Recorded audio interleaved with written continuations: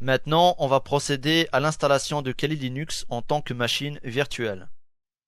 Donc pour ça, il suffit de cliquer sur la machine concernée et de cliquer par la suite sur le bouton Démarrer. On peut également se contenter de cliquer sur la touche Entrée du clavier afin de lancer la machine virtuelle.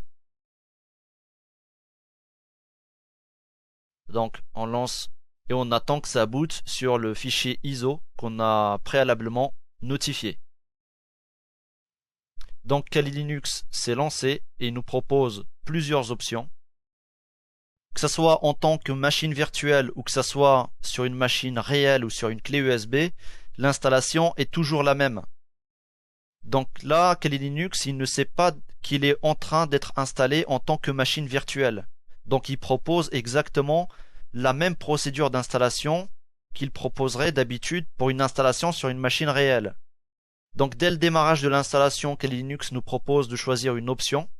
On peut décider d'installer Kali Linux via l'invite de commande, c'est-à-dire via le terminal.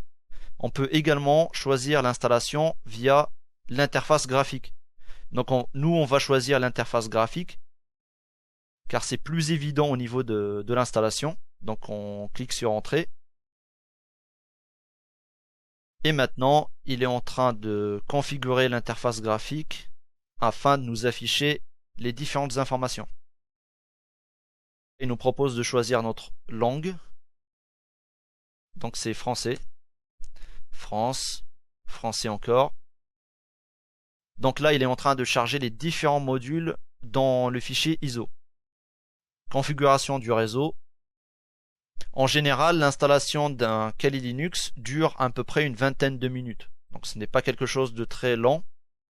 Mais par contre, vaut mieux paramétrer le système d'exploitation bien comme il faut dès le départ.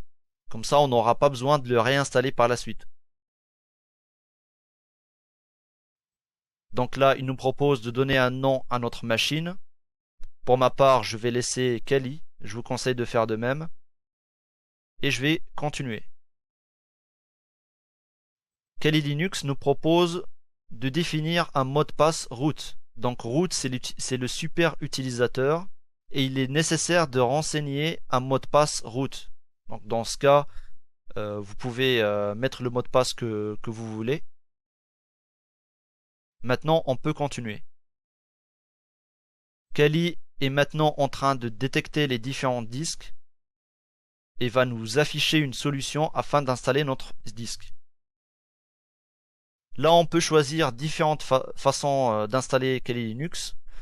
Vu qu'on est sur une machine virtuelle, on va choisir l'option utiliser un disque entier, car on n'a qu'un seul disque. Mais si vous aviez plusieurs disques ou plusieurs systèmes d'exploitation installés sur votre ordinateur, à ce moment-là, vous pouvez choisir d'utiliser une partition ou d'utiliser un seul disque ou autre afin de faire un dual boot ou bien d'utiliser juste une petite partie de votre disque dur. On appuie encore sur continuer. Encore une fois. Terminer le partitionnement et appliquer les changements. Continuer. Maintenant, il nous demande s'il faut appliquer les changements sur les disques. Donc on coche la case oui et on clique sur continuer. Maintenant, comme vous pouvez le voir, l'installation se lance.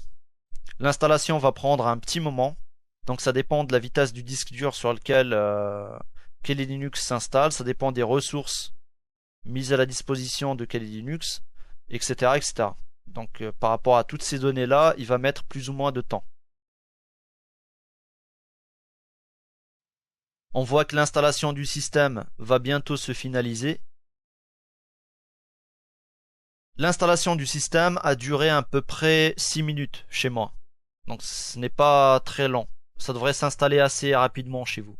Après l'installation, Kali Linux nous demande si on veut utiliser un miroir sur le réseau pour permettre de compléter les logiciels présents. C'est-à-dire que si on choisit d'utiliser un miroir, il va mettre à jour les logiciels avant d'arriver au système d'exploitation.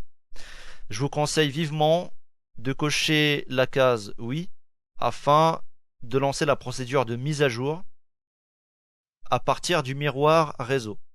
Et là, on peut continuer.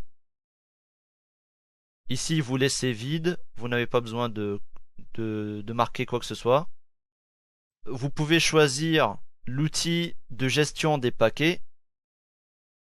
Donc, on va choisir la France de préférence et on va continuer.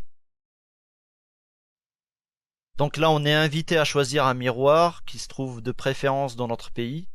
On va choisir le premier miroir qui est ftp-fr-debian.org. Vous pouvez également choisir d'autres miroirs. Je préfère prendre celui-là. Donc continuer. Et là, on laisse vide encore une fois et on continue.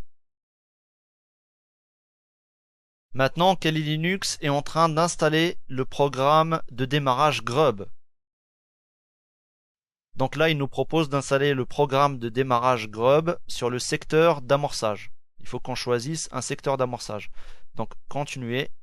Et là, vu qu'on n'a qu'un seul disque dur, on va l'installer sur le disque dur virtuel qu'on a précédemment créé grâce à VirtualBox.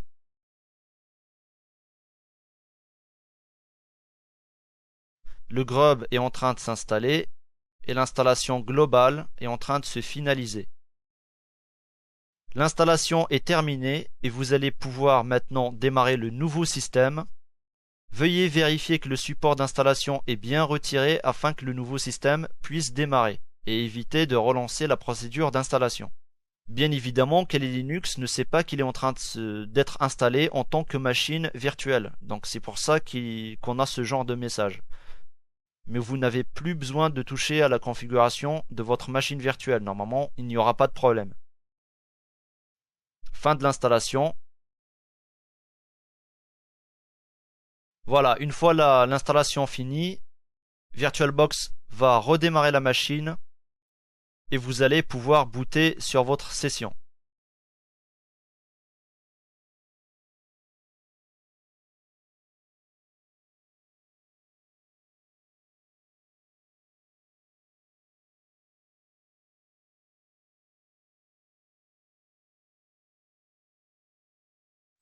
Une fois le système d'exploitation redémarre, on va indiquer notre identifiant route et notre mot de passe route.